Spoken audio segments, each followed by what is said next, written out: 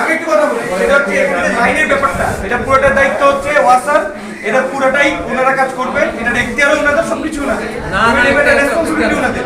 কিন্তু এই যে একটা সাইডে চলছে, এটার দায়িত্ব এলাকা পাশে, এটা আপনাদের সিদ্ধান্ত যে ওই লাইনগুলো এই যে আমি ফিনিশিং দিয়ে দিই, ওই লাইনগুলো আমাদের দ্বারা দেখে কাটাতে হবে।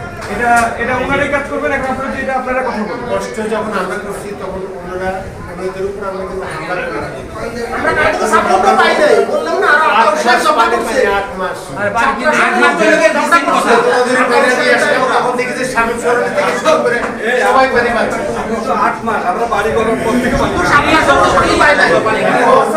আমার বয়স যত প্রজন্মের মধ্যে এটার একটা সমাধান আসতে হবে। আমার টোটাল বন্ধ করে দিবেন